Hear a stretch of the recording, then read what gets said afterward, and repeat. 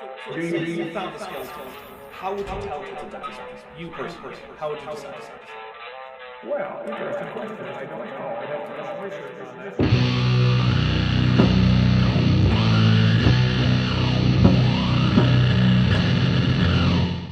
Hey there YouTube, the Dapper Dinosaur here. If you've been around the channel for a while, you already know this, but if not, it might be news to you that sometimes, rather than looking at what professional credentialed creationists are doing, I like to see what is being preached about in creationist churches. It's not always the same thing. In everyday life, you're far more likely to encounter creationists in the form of average churchgoers than the professional frauds employed by groups like Answers in Genesis, Creation Ministries International, or the Discovery Institute. As a result, we're taking a look at a talk that I think was actually a sermon, although I'm not sure. It's by Michael Calagno, and no, I'm not sure how to pronounce it. He's going to be attempting to explain continuous environmental tracking. This is Randy Guliuzza's idea that he thinks will replace natural selection, even though natural selection is a mathematical inevitability. In my experience, people pushing for this idea can't really define it meaningfully, nor do they even seem to propose a mechanism that logically could replace natural selection. But hey, let's see how Mike does. Well, not really a question. We're going to start off with this statement. Instead of constantly exposing the flaws regarding Darwin's theory of evolution, of which there are many. Yeah, Darwin was a guy living over a century ago. He got lots of things wrong. Like, he believed in blended inheritance. But we know that that's not how it works.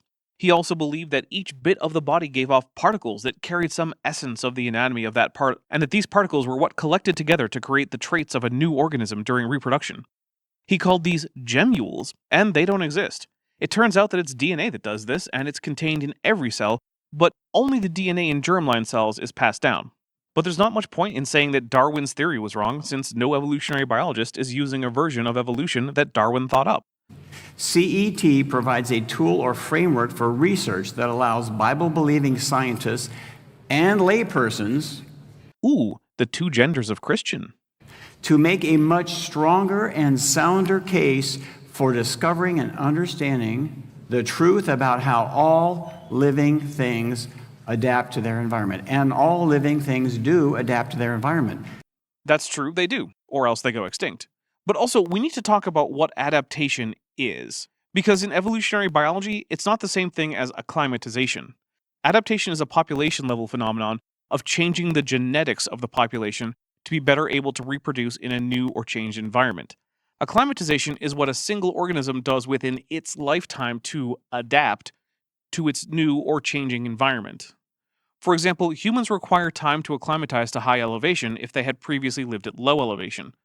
One of the ways this happens is by increasing the number of red blood cells per unit volume in blood, allowing more efficient oxygen transportation.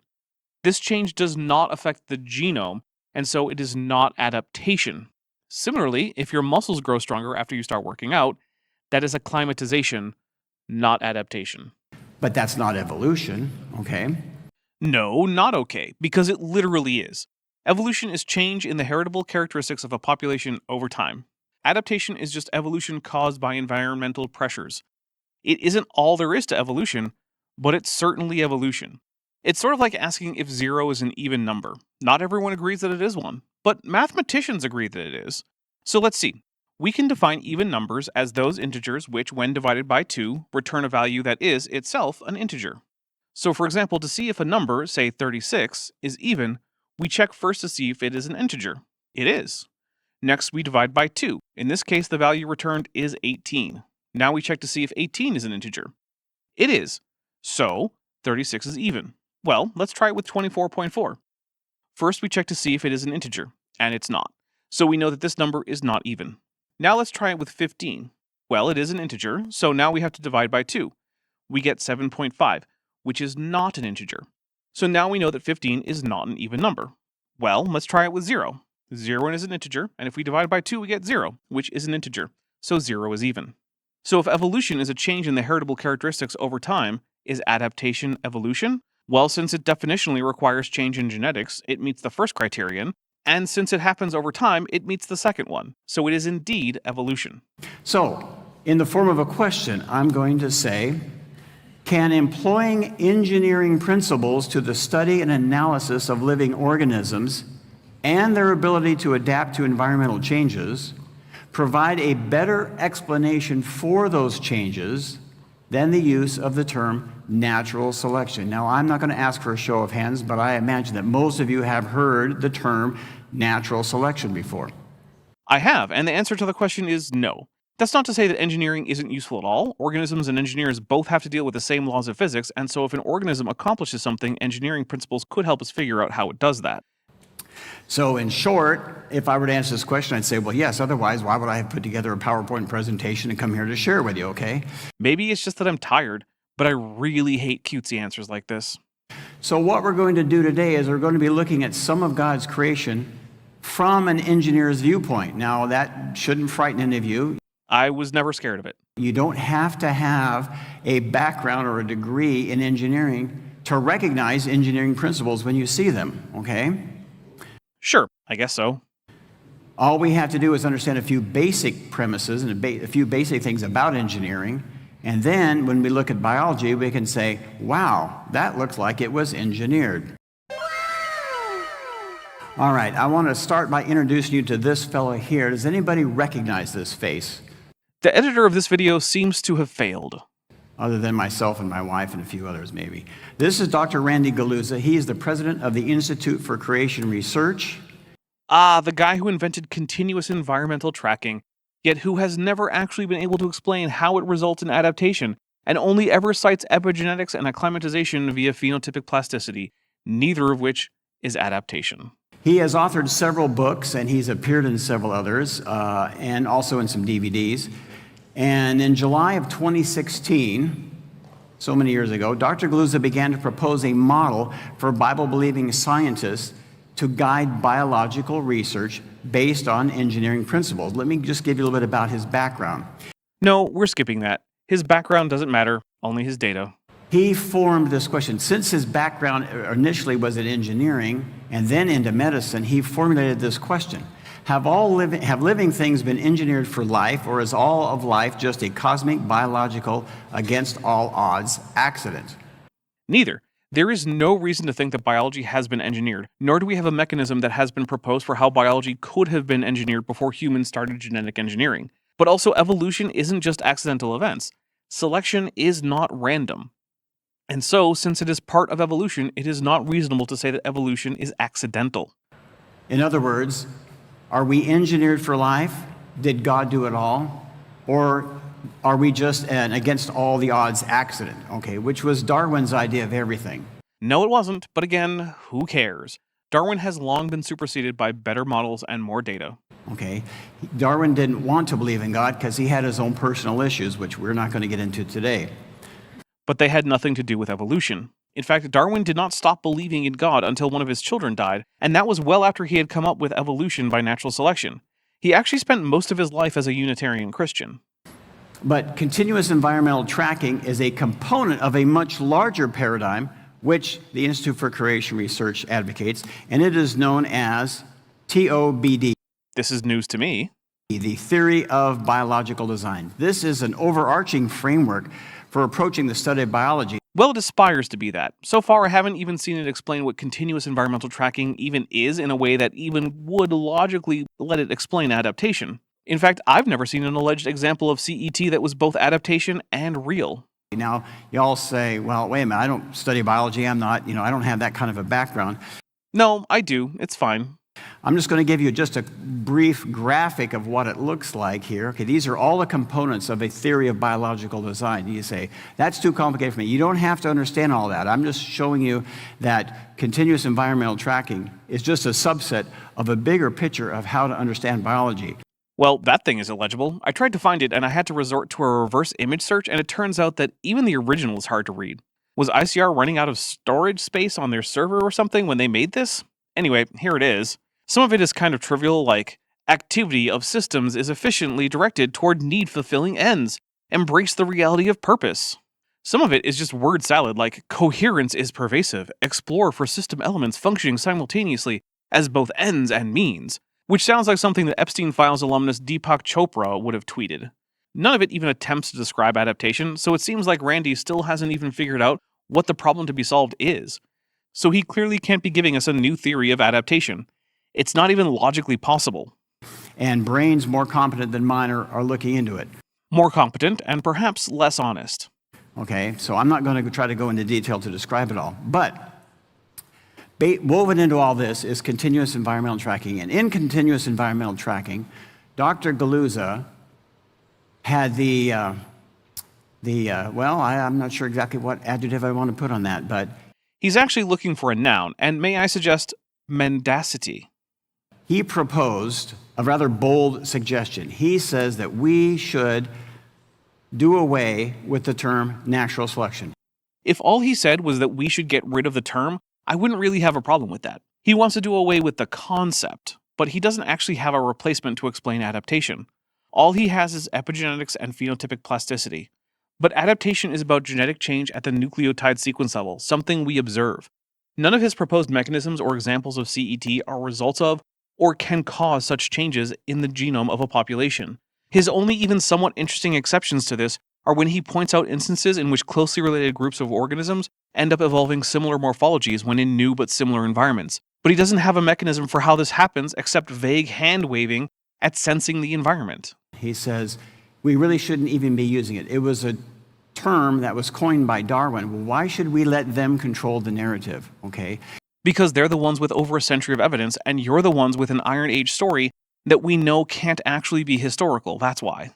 If the Bible is true and God did create everything, then we don't have to use the language of the evolutionists or the people who deny that there's a creator God to try to explain what we're seeing, okay? I guess, but when Darwin came up with that, he was a theist, as are many evolutionary biologists. This isn't a fight between good Christians and atheists.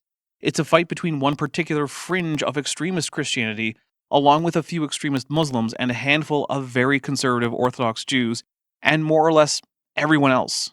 As I like to point out, the man who came up with the phrase, "nothing in biology makes sense except in the light of evolution," Theodosius Dobzhansky, was an Orthodox Christian. Agni parthene despina achrante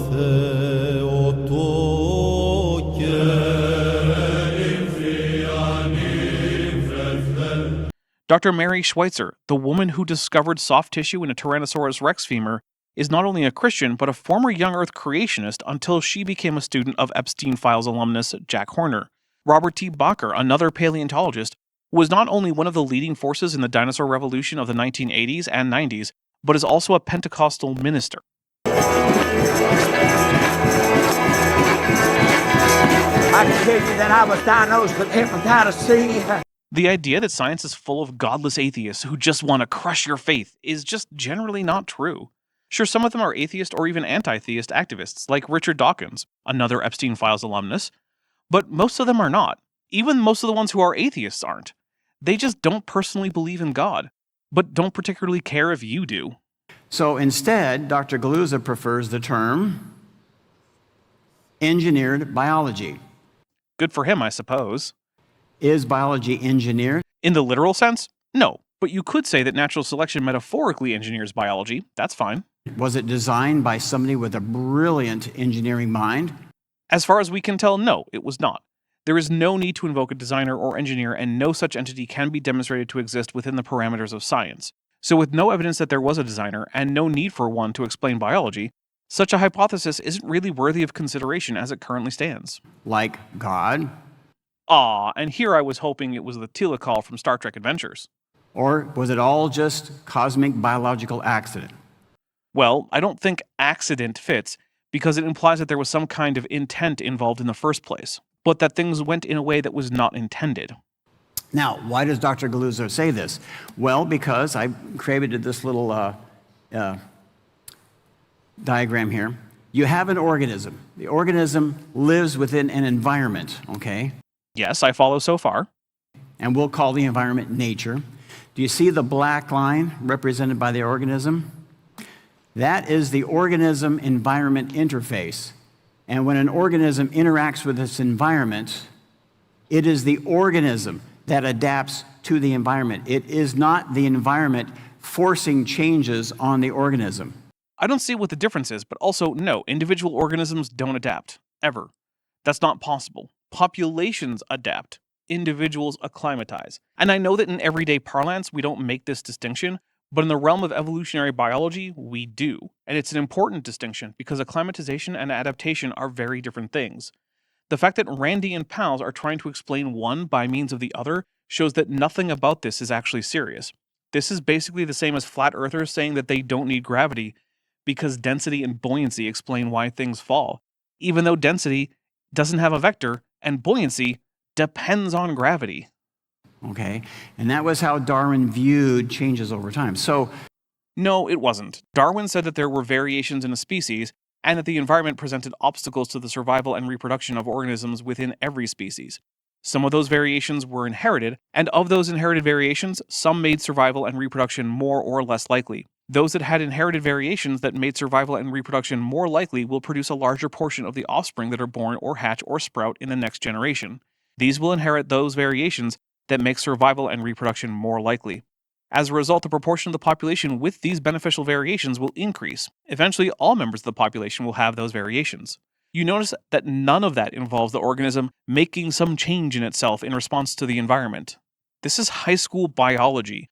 No adult who thinks he is going to go against the grain and come up with a replacement for natural selection should need this explained to them. The fact that Michael, and by extension Randy Guliuzza, can't get this right should be all anyone needs to know to realize that they are not actually making a real attempt at science. This is all just pseudoscience propaganda.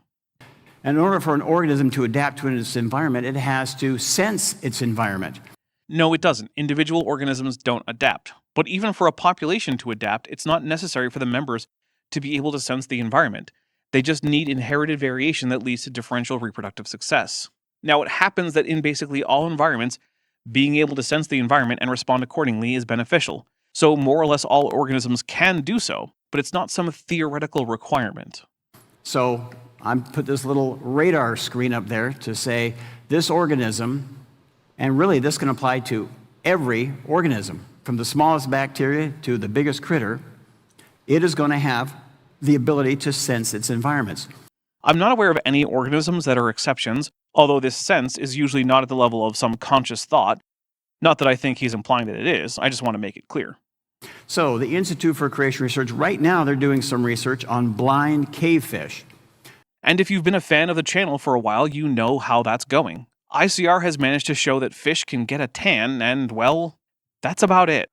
I don't think anyone has been surprised by the fact that fish can get a tan.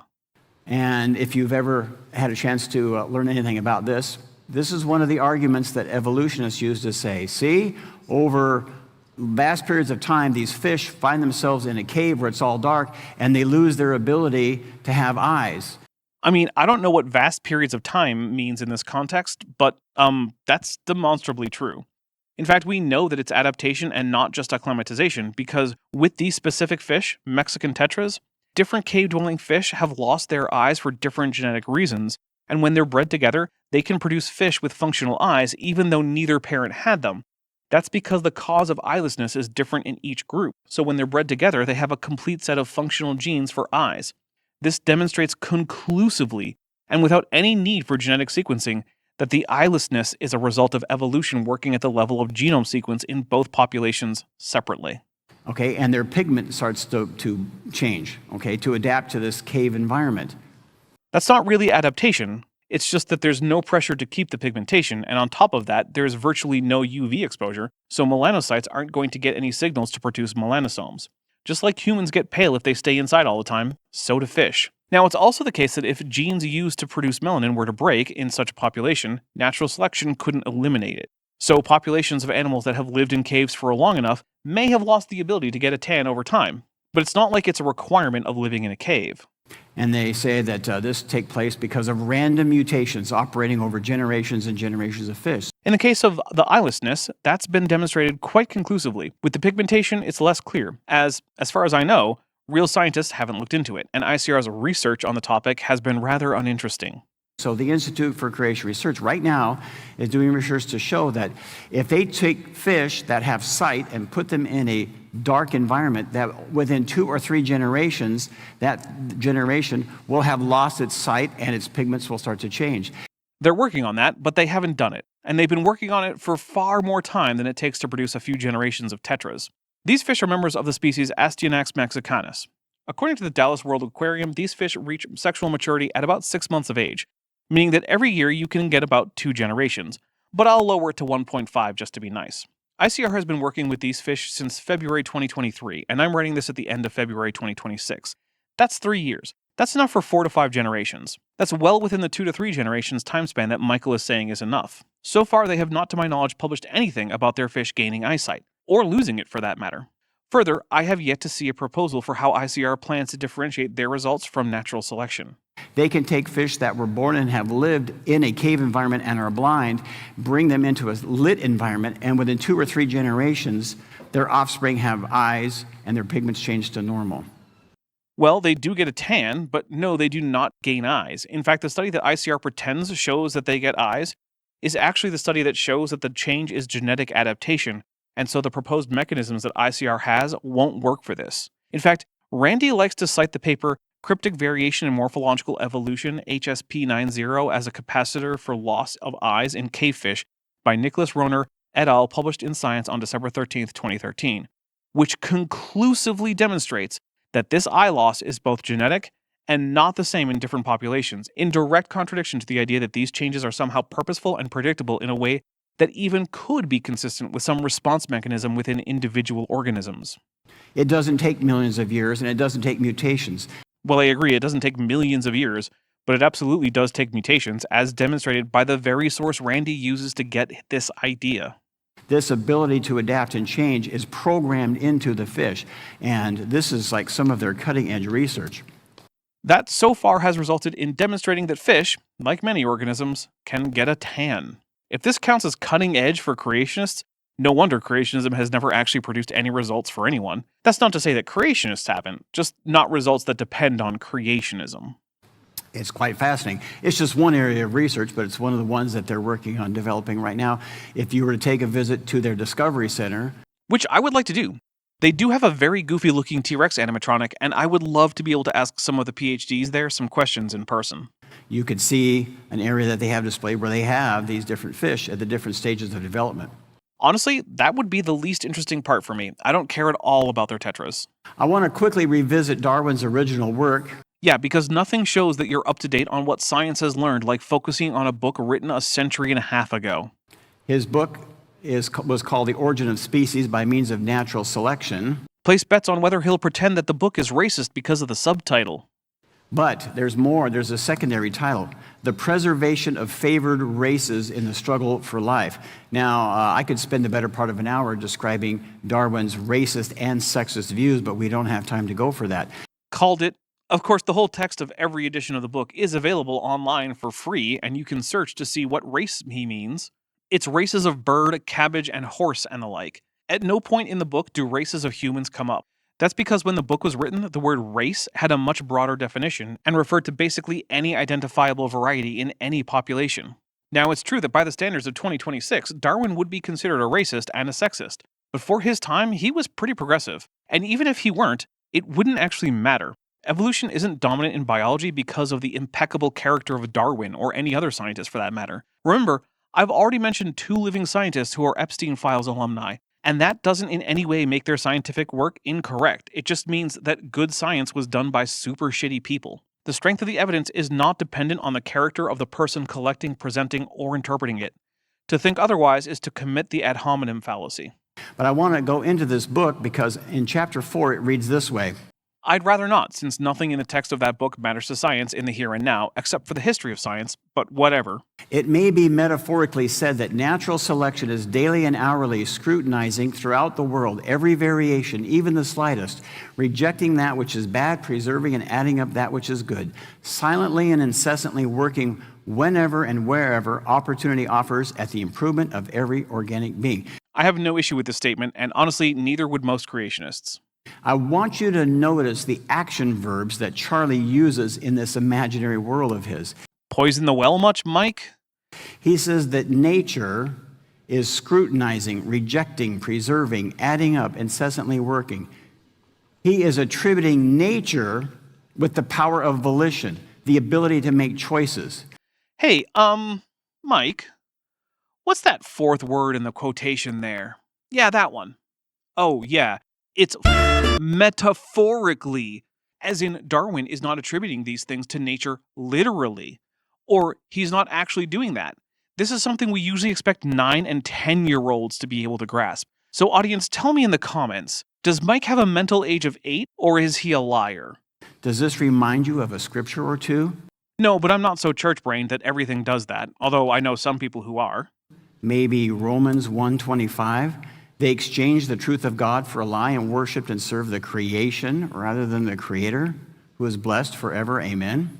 No, I don't see a connection between a metaphor about a statistical phenomenon that was made by a theist and Paul being obviously wrong about people who disagree with him about theology. You see, it must be noted first and foremost that Darwin knew essentially nothing about the cell or about genetics. I guess he and Paul had that in common. Was there, like a point to this whole Romans 1 thing? Was that supposed to speak for itself? Because it sure didn't. The discovery of DNA came 93 years after The Origin of Species was published and 71 years after his death. Hey, I too can give irrelevant facts. Accra is the largest city in Ghana. The smallest known dinosaur is Melisuga helenae, the bee hummingbird. Darwin believed that the cell was just a simple blob of protoplasm that just held things together. It didn't do anything.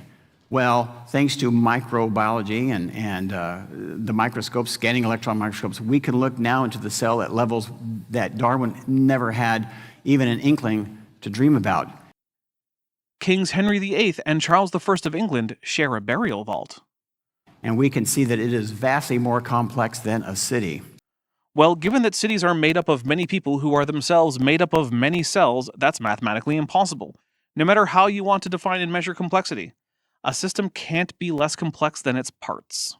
So what about how natural selection acts? He says natural selection acts only by taking advantage of slight, successive variations. I mean, I think Darwin is off there. Clearly, if there is a major advantage, it can act on that too, but that's not typical.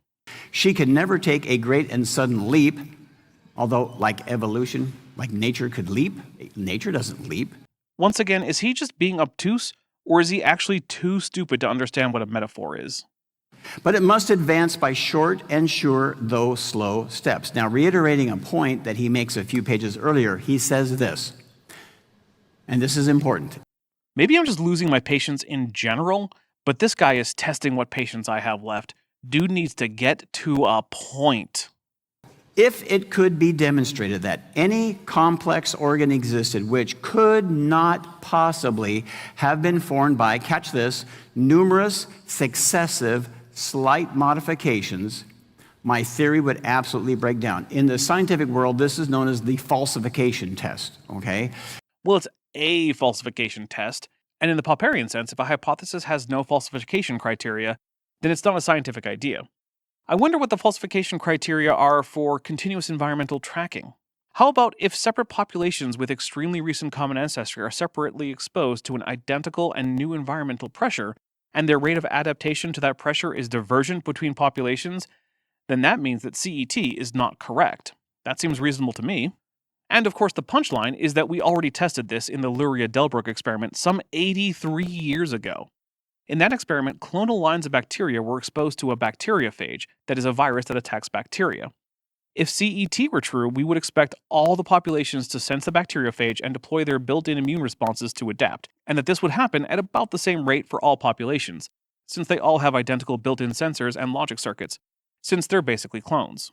If, on the other hand, natural selection acting on random mutation is the case, we should expect that some populations will have mutations that allow for adaptation soon, and others later, and that as a result, the level and rate of resistance to the bacteriophage should vary wildly. You probably won't be surprised to learn that CET was falsified. We've known this is bullshit for 83 years as of the time of this writing, which is to say the end of February 2026. What you can't really, in many respects, prove anything, but what you can do is disprove everything else, and what you're left with is what you accept as the truth. An ancestor of mine maintained that if you eliminate the impossible, whatever remains, however improbable, must be the truth. So we're going to be looking at this again, numerous successive slight modifications. I feel like this is going to be an irreducible complexity argument. Now, Darwin attributed characteristics of volition upon nature that nature simply does not possess. Hey, Mike, what's that fourth word in the quotation there? Yeah, that one. Oh, yeah, it's metaphorically, as in Darwin is not attributing these things to nature literally, or he's not actually doing that. This is something we usually expect 9 and 10-year-olds to be able to grasp. So audience, tell me in the comments, does Mike have a mental age of 8, or is he a liar? He made comparisons to human breeders selecting for desired traits, and it is faulty in that making an abstract comparison to human volition does not endow nature with that trait. In other words, just saying that nature does it doesn't mean that nature actually does it. That's true. But also, the analogy wasn't made in order to demonstrate the truth of the claim, but to explain the claim. That's a proper use of analogy. You know, creationists, you're allowed to read Darwin rather than just lie about him. Because let's be clear, if you make claims about a book, that implies that you've read at least enough of the book to know that you're right. So if you're wrong about the book, you're either lying about the content of it or having read it. This is especially true in a situation where you're setting yourself up as an authority like Mike is. I don't know. I feel like the Bible has some things to say about lying. Okay? So he can make the claim, but can he back it up? Who cares if Darwin can back it up? I mean, he did, but it's been like a century and a half. What matters is what evidence has been gathered in that time. And in that time, we've falsified continuous environmental tracking and done nothing but confirm that natural selection is real. Which of course it must be, since it's a mathematical inevitability. If there exists a population of replicators in which heritable elements can both affect reproduction and can change randomly, then natural selection is a mathematical inevitability given a large enough population. It's really not hard to figure out. Suppose you have an index, and in each index is an integer. Let's say that the index has 2048 entries. And in each one there is an integer from 0 to 10. These start as randomly assigned. Now we perform a probabilistic function on these. We take a simulation step. In this step, a new index is generated. We go through the original index and populate the new index with a number of instances based on the original index equal to the value of the integer. So if our index starts off with 563, the new index will start with 555555666666333. This simulates differential reproduction. Next, we go through and randomly add, say, -2 to +1. So we get 555647576653445. Okay, so let's now go through and randomly reduce this to the original population size. So we get 573. The total has gone up. And I'm actually running this experiment with dice and random.org. Obviously, I can't go through all 2048 entries, but clearly, if we follow this process, for all 2048 entries in the index, the total sum of all entries will go up. That's natural selection. To say that natural selection doesn't work requires that either the genome doesn't affect phenotype, that phenotype does not affect reproduction, or that math is wrong. I'm here to tell you, no, he can't. But yet there are people every day believing this, okay, because they've never been able to take a serious look. They've never had a hard chance to look at the other contrary way of looking at it. You know, it's really, really easy to find former creationists. I'm one, Erica from Guts of Gibbon is one, Dr. Mary Schweitzer of T-Rex soft tissue fame is one, Paul of Paulogia is one, Vice Rhino is one, my co-hosts Benthoven, no relation, and Chesh were, and I have a bunch more interviews with others. They pretty much all have the same story. They looked into the evidence and found creationism wanting. Every once in a great while, I hear about the reverse happening, but when I look into it, what I actually find is that someone converted to Christianity for some reason that is not science, then decided that science was at odds with their particular theology, and so they threw out science rather than their theology. I have yet to hear of a case where someone became convinced that evolution was fake and then suddenly found that Christians had been saying that all along, so they decided to convert. Also, of course, many Christians remain Christians after leaving creationism. Among those I mentioned before, Benthoven, no relation, and Dr. Schweitzer are two examples. In other words, they have a different worldview. One where they are able to understand metaphor, especially when it's explicitly said to be such. And we're going to look at how that impacts our study of biology. This guy pauses at the weirdest times. So then, how does the model of continuous environmental tracking better explain the ability for organisms to adapt? At this point, I'd like for it to explain it at all. We can work on better explaining it later. I still have no clue how this is supposed to work. It seems like all we have is the well-known fact that organisms can acclimatize and that they can change their behavior. Neither of those things is adaptation, which is about genetic changes, and I've yet to see a proposed mechanism that will take acclimatization and behavioral difference and use them to change the genome of future generations. Well, to understand that, let's quickly go back to God's original dominion mandate, which was this. Genesis 1:22, God blessed them, saying, be fruitful and multiply and fill the waters in the seas and let fowl multiply in the earth. I'm seeing a severe lack of any mechanism for adaptation here. Also, my Bible voice is way better than Mike's. He should work on that. Then referring to the birds and the fishes, he says, God blessed them, and God said to them, be fruitful and multiply, fill the earth and subdue it, have dominion over the fish of the sea, over the birds of the air, and over every living thing that moves on the earth. Neat, a bit of Genesis telling humans that they're in charge, which you would think should imply some kind of duty of care. But most Christians in the former U.S. seem to think that that means they should just abuse the environment.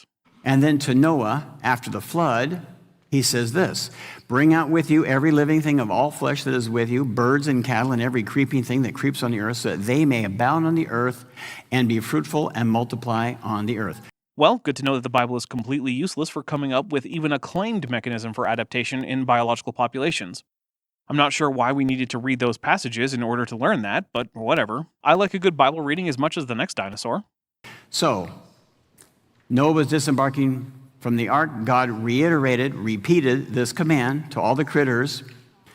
So we can see that God had it in mind for his created creatures to adapt so that they could multiply, so that they could fill the earth. That's actually not stated in the text, but I'll allow it. So what?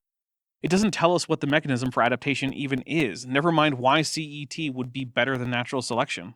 Now, at the same time, we know just from common sense and our own observations. Common sense is worthless in science, and on their own, observations are just uncorrelated stories. You need tests, records, and statistical analysis to do anything with them. That not every single organism is fitted to adapt to every single environment on the planet Earth, okay? Okay. Like, for instance, I could not live where emperor penguins could live, okay? I mean, people do live in Antarctica, so maybe he could, but yeah, I don't think I could, so sure. And that's all right with me because I don't think emperor penguins want to live in Heber Overgaard, Arizona, elevation 6,700 feet.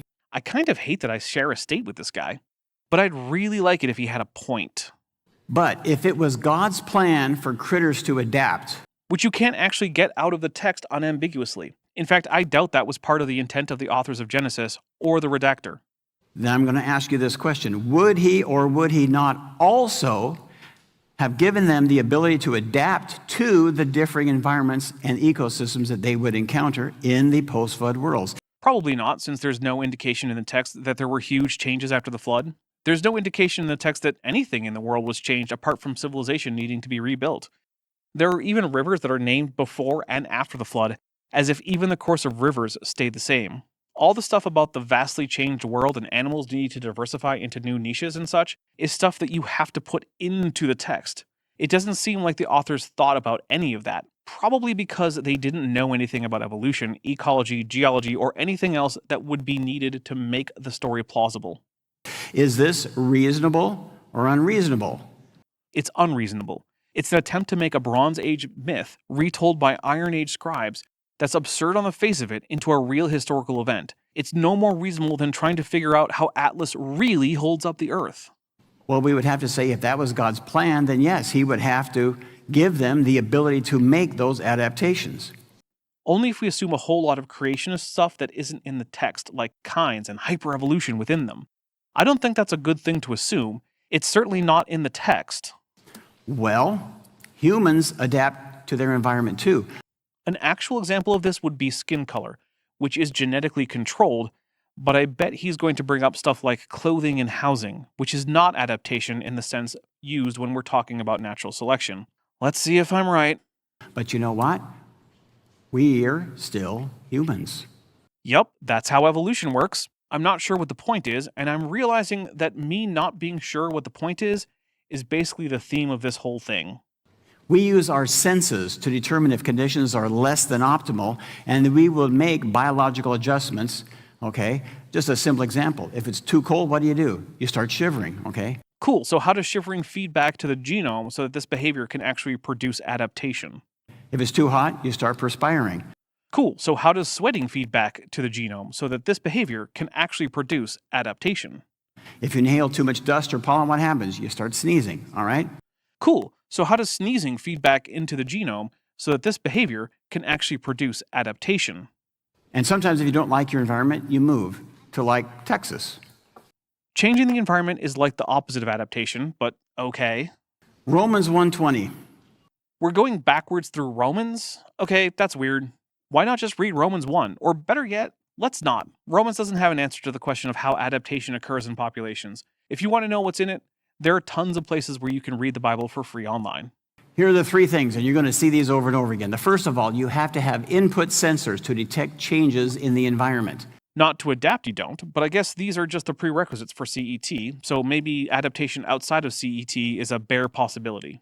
Then, those input sensors bring in data. You have to have internal programming to compare that input data to reference values to select a suitable response.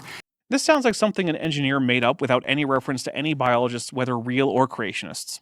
No biologist would talk about reference values and internal programming like you're designing a refrigeration unit. Of course, it sounds like this because it was made up by an engineer who doesn't seem to have consulted a single biologist. And then the response is carried out by output actuators to execute those specific responses. Now you say, okay, I'm not a scientific person. I haven't been in a classroom for a while. And if you had, this still wouldn't be recognizable to you because this is how you talk about and design a factory or a computer system, not how biology works. Biology is full of things like random variables, chemical cascades, gradients, and stuff like that doesn't always really fall neatly into this tripartite division of sensor, logic, and output. And for reference values, those are almost never objective in biology. And you can see this yourself if you've ever moved to a place with a different climate than the one you've lived in before. When I lived in the Northeast, 12 degrees Celsius was t-shirt weather. Now that I live in Arizona, it's hoodie weather. The objective temperature is the same, but my biological response to it is not. That's because there aren't objective reference values built in. And of course, we need a fourth thing, a way to get these to interact with the genome, such that they can induce purposeful changes in the genome to actually cause adaptation and not just acclimatization. I'm having a little trouble understanding this. Don't worry. We're going to kind of repeat it and repeat it and repeat it again, and you're going to get it, all right? I don't think anyone gets it, because I'm not convinced there's anything to get. Randy Guliuzza can't explain it, and he came up with it. I feel like Mike is doing a worse job, if anything.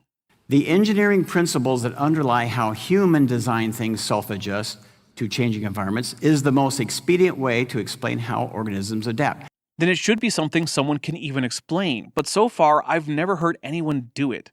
This might be the dumbest idea in creationism. This is like saying that 1 + 1 = hamburger. Chris K here with, you've heard about it, here it is, the Big Arch. I love this product. It is so good. The moment of truth. Mike is saying that shivering when you're cold is continuous environmental tracking. Okay, cool, but the question of how adaptation works isn't what do you do to warm up when it's cold, it's how did the ability to shiver come about in the first place? Not all animals shiver, so how did it come about that some do?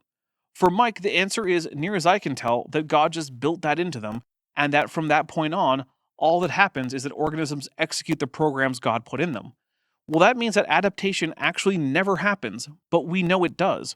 We can see evidence of genetic adaptation in humans, in dogs, in fish, in bacteria, etc., etc., etc.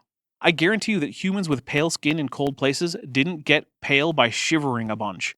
And if you take people from warm places and put them in cold places, they don't shiver their way pale. You can tell because people with African ancestry live in cold places and they don't just magically become pale-skinned.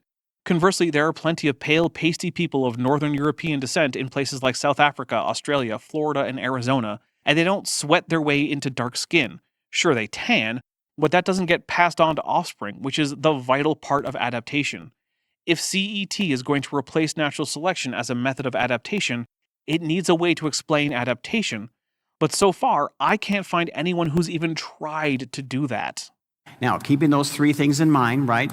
Input sensors to detect changes in the environment, internal programming to compare input data to reference values, and output actuators to execute responses, all right? In other words, this is where the changes in the organism come. Okay, what input sensor triggered what internal program to cause which output actuators to duplicate amylase genes in the wolves that turned into domesticated dogs, since dogs have an adaptation to eat a starch-heavy diet in the form of more copies of the gene that produces amylase, a digestive enzyme key in breaking down starch. Now I'm going to show you a short video produced by Subaru many years ago, just to give you a heads up on how human engineers work.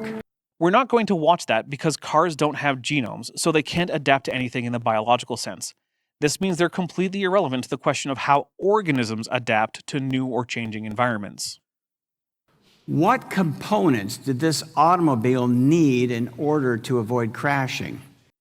It doesn't matter because it's a car, and cars don't have genomes, they don't have inheritance, and they don't reproduce. So nothing that they do is in any way analogous to adaptation, which is about changes to genetics. It needed input sensors to detect the coming obstacle. It needed internal programming to analyze the distance and velocity to determine the exact time to activate the brakes. And it needed output actuators to execute the braking sequence. If you were to go to Subaru and suggest that they just accidentally, just from randomly throwing together parts, created this system, they would laugh at you. Yes, because cars aren't biological systems, and so they have no mechanism to adapt that does not depend on designers. Living things are biological systems, and their genetic material can and does change, and in ways that can adapt them to environments, which means that they do have a mechanism that does not depend on any designers. So far, I haven't heard Mike deny the existence of mutations, and he hasn't really said if he thinks that mutation can affect the phenotypes of organisms so as to make them more or less reproductively successful. But if he wants to deny that natural selection is a key component of adaptation, he has to deny some aspect of genetics. Instead, though, he's just going on and on about changes to an organism during its life that doesn't have a way to affect the genetics of future generations. Darwin postulated that organisms are like clay to be shaped by their environment. In other words, the environment is the active agent and the organism is the passive agent. That's how Darwin saw things. Did he, though? This seems like more of a feedback loop. It's like a hurricane. What's the active agent there? The sun? The ocean? The wind? I'd argue none of them is active or passive. They're just natural processes which in some cases lead inexorably to a predictable pattern. The laws of physics lead to complex ordered systems without anyone intending or designing it. Similarly, that happens in biology. Okay, he saw it more like modeling clay. You mean like how the Bible describes humans in Isaiah 64 and Romans 9? But we're going to proceed under the premise that the organism responds by sensing the environment, running it across a logic circuit, and then executing output actuators. It's a weird way to put it, but no one really disputes that organisms sense and respond to the environment. Right? Internal sensors, input sensors, internal programming, output actuators to direct those functional changes. So, now a few more points to tidy up before we launch into the actual observations. It is an entity's traits, not its exposures, that determine design success or failure. No, it's very, very obviously both of them. A muskox does well in the tundra because it has traits that, when exposed to the tundra, enable rather than hinder its survival. But if you put one at the bottom of the ocean among a herd of sea pigs, I am pretty sure it would be exposed to an environment where its traits would lead it to a swift death. On the other hand, if you took one of those sea pigs that are doing just fine at the bottom of the ocean and put it in a herd of muskoxen in the tundra, well, I would expect it also would die a swift death. So what caused the deaths? The traits or the environment? Well, both did. It's the combination that matters. As we said, not every organism is engineered to adapt to every kind of environment. We have, in the human terms, what are called design parameters, okay? And those can be limited by available materials or the cost of construction or what have you. But in nature, okay, in God's created nature, there are certain limits that certain things are not going to be able to survive in every kind of environment. Well, ignoring all the design language, which is what is being argued for, that's just saying that it's not the traits or the environment, it's still the combination. There is no environment that will enable the survival of any possible organism, nor any combination of traits that would survive any possible environment. To help clarify the application of this approach to biology, we'll consider some examples of how design traits contribute to successful performance. Why do I suspect that will just be him giving examples of animals that have neat ways to survive in harsh environments, with no attempt made to explain how the traits that enable that survival came about, and without thinking about the implications to the kind idea if they were designed by God that way in the first place? Now, Dr. Guliuzza wrote an article in July of 2017 about continuous environmental tracking. He mentions this: when Hurricane Michael blew through Mexico Beach, Florida in October 2018, the homes in entire neighborhoods were flattened, but in one neighborhood, a single home surrounded by devastation was left virtually unscathed. A Fox News headline called it a miracle home. But miraculous explanations aren't needed. The home was engineered with design features specifically intended to solve the problems associated with hurricanes. Here is a picture of the home. Okay, and if anyone were disputing that humans can engineer things to do a particular job, that would be a compelling argument. But the question is, can unguided natural processes explain the ability of organisms to both survive in their current environments as well as adapt over time to new ones? An example of a hurricane-proof house doesn't actually argue for or against that. That survived the hurricane. Now, the home was owned by a Dr. LeBron Lackey. He designed or engineered. Don't care, that's a skip. Did Dr. Lackey's home survive in October 18 because Hurricane Michael selected for his home and selected against all the others that were destroyed? Talking about natural selection, right?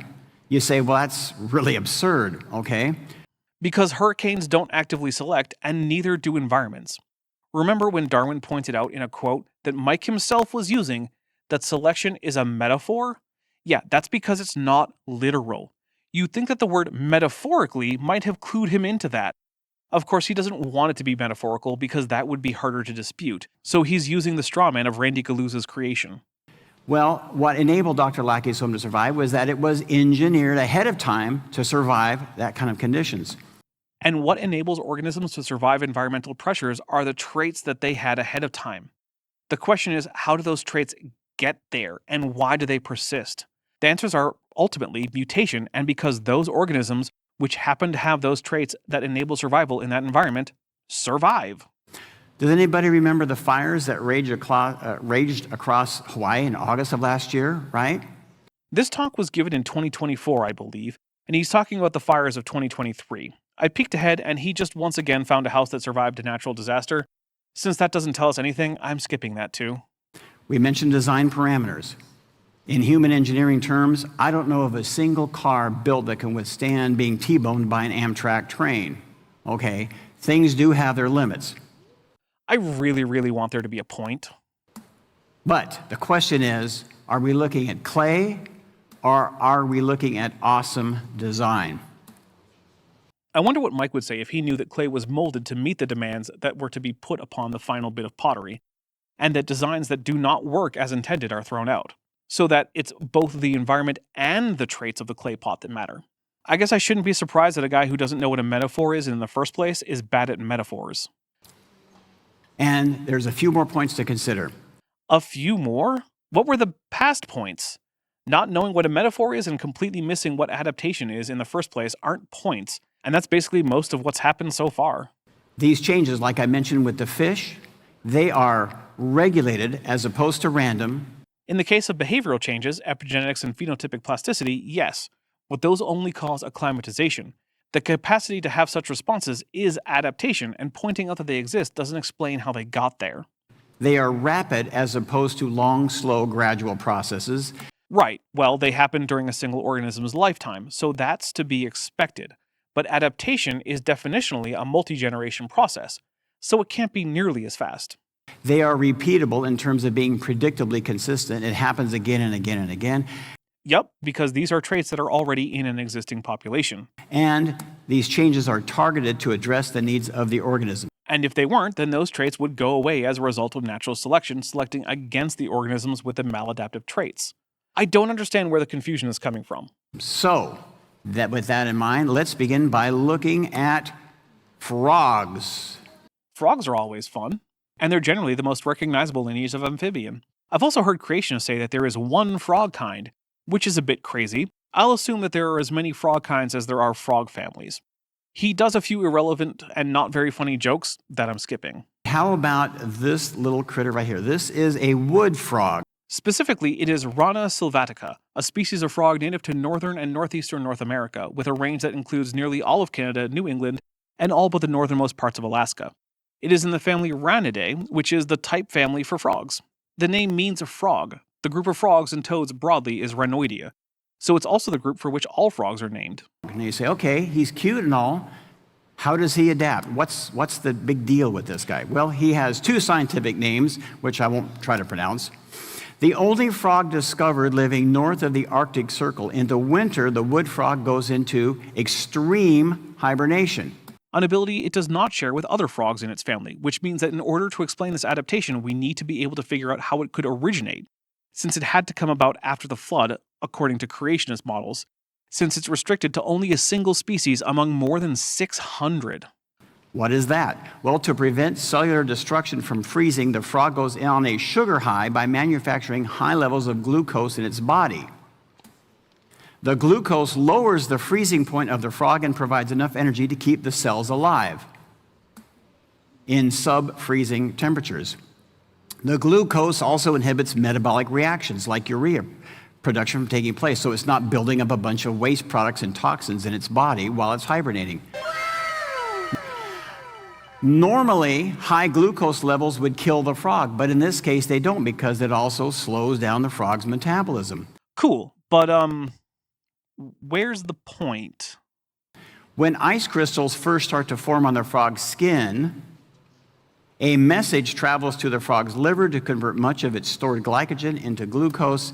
5 minutes after the signal is received, the sugar level in the frog's blood begins to increase. And notice that the glucose spike only occurs just before the frog freezes. Yes, it is a very cool frog, but I'll spare you the rest. There is just no point. He goes on and on to talk about more animals, and at no point does he actually talk about how these adaptations arrived, and just points out that they all operate by organisms sensing a change in the environment and then doing something in response, which isn't adaptation. The adaptation is the ability to do something about the environment in the first place, and he doesn't even once attempt to explain how that came to be. I'm not going to subject you to 25 minutes of that. Instead, I'm just going to call it. I guess no one can explain how continuous environmental tracking even could explain adaptation.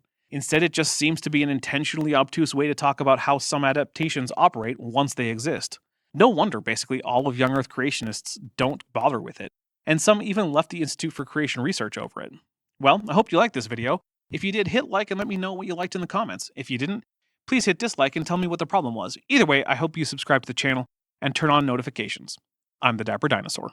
Hey, before you leave, I just want to take a second to thank my patrons and channel members, especially those pledging $20 or above. Sealoof, Benthovend, Tapioca Weasel, Michał Dominiak, Sphincter of Doom, Regios, Landon Knoll, Ian Chen, Eleron Teller, Phil Rivara, Kelvin Brostock Van Manen, David Hercules, Joshua Geese, Dan Sheedy, Pegajace, The Plastic Mouse, Arrow Dodger, Gordon Loves Science, Amber Athelian, Prixie Purple, Agricola Sequa, Me, Myself, and I, Fits of Rage 23, Edwin M., Kenneth Swanson, and John Ackerman.